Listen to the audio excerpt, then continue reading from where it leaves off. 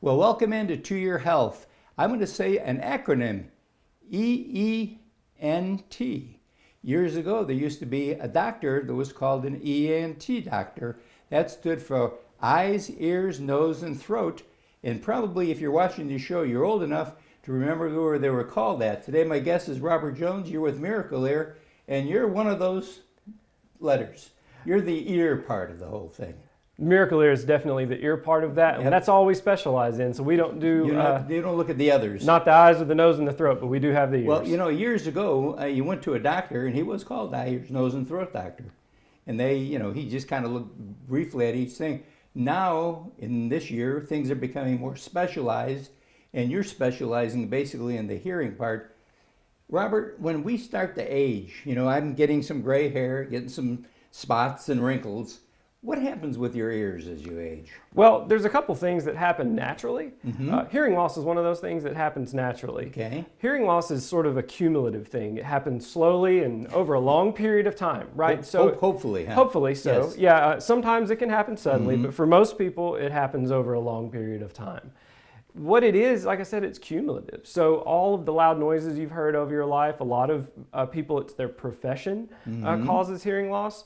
But by the time you're a senior citizen, all of those things have added up, and 1 out of 3 senior citizens over the age of 65, of course, have some form of hearing loss. And of course, like you say, it can come on gradually, but all of a sudden, it seems like you hit a certain age and it just becomes more pronounced.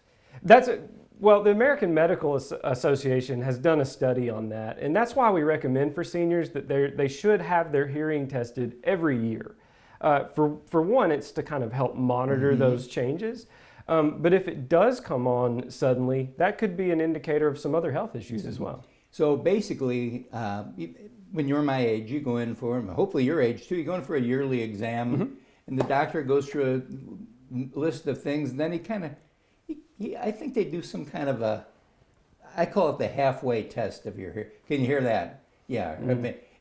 But maybe we need a little bit more than that, and your company can handle things like that, can't they? Absolutely. So what you normally get is called a hearing screening when you go to your doctor. They may have a little device. And that's your general practice doctor. Sure. It may take just a few minutes. And what we do actually takes 90 minutes. It's very thorough.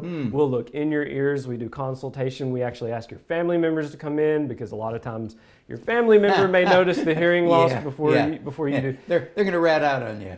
Well, hey. To an extent, yeah. Sure. I know, in the right way. Sure, but it's their experience, it's the shared experience. That's what communication is about. Right. And when you lose your hearing, you lose the ability to communicate with others as effectively as you could. And that's the real important part here. So we do a very, very thorough examination.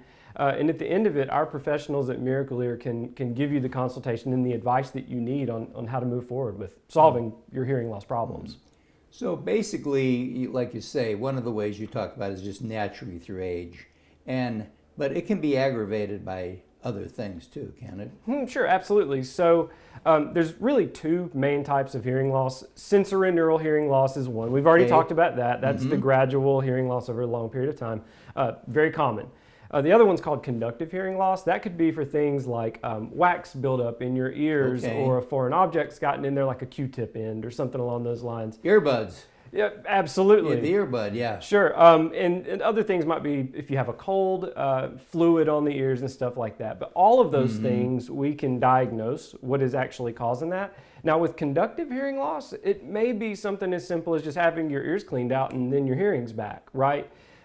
So that's what you need to know is my hearing loss something that I can fix, or am I going to need a hearing aid to get back to better hearing? Well, if you've been watching television, when you talk about cleaning out your ears, they've got this thing that they want you to just shove in your ear and do this and something magical. Probably, unless you know what you're doing, you shouldn't be fooling around with stuff like that, should you? Well, we recommend that you don't stick any foreign object in your ear at all. At all. If you're having itching in your ears or you think there's something stuck in your ears, highly advise that you seek the help of a medical professional there. The reason is the inner ear, the ear canal rather, is very sensitive. And if you do any damage to that, it can get infected, or you can scratch it or cause damage to the actual skin tissue that's in there. That's why we have professionals to do things like that. Okay. So basically, keep the Q-tips out of your ear. Yeah, don't stick it in the ear canal. That's what we recommend. I mean, can you just a little bit on the Now, where does that ear canal start? So Well- our viewers know, because what we're talking about here is people need to know the right thing to do. Sure. If you're looking in the mirror and you Yes. can't see it, that's the ear canal. That's my Okay. best recommendation. If In you can other see it words, in the mirror, Okay, so if you were to stick a Q-tip in there, yeah, and if you can't see the little cotton part, you're in the ear canal. you're probably in there too deep. Right, That's exactly right. right. Yeah. And it can go. How long is that canal? Is it- Everybody's is different, and Okay. it changes throughout the course of your life. So it depends on how big your head is and that sort of thing. So for a small child, when we're looking in a small child's ear, it's not very far, right? But then for a grown adult, it's quite a bit different. Again, that's another reason that you want to seek help from a medical professional. Is because there is no one size fits all ear cleaner Right. sort of thing. There's no one size fits all anything when it comes to your hearing. So basically, the person that they would see with your organization would be an audiologist. Hearing Or- care professional. Yeah, that's correct. What's it called? A hearing care A professional. hearing care professional. That's okay. right.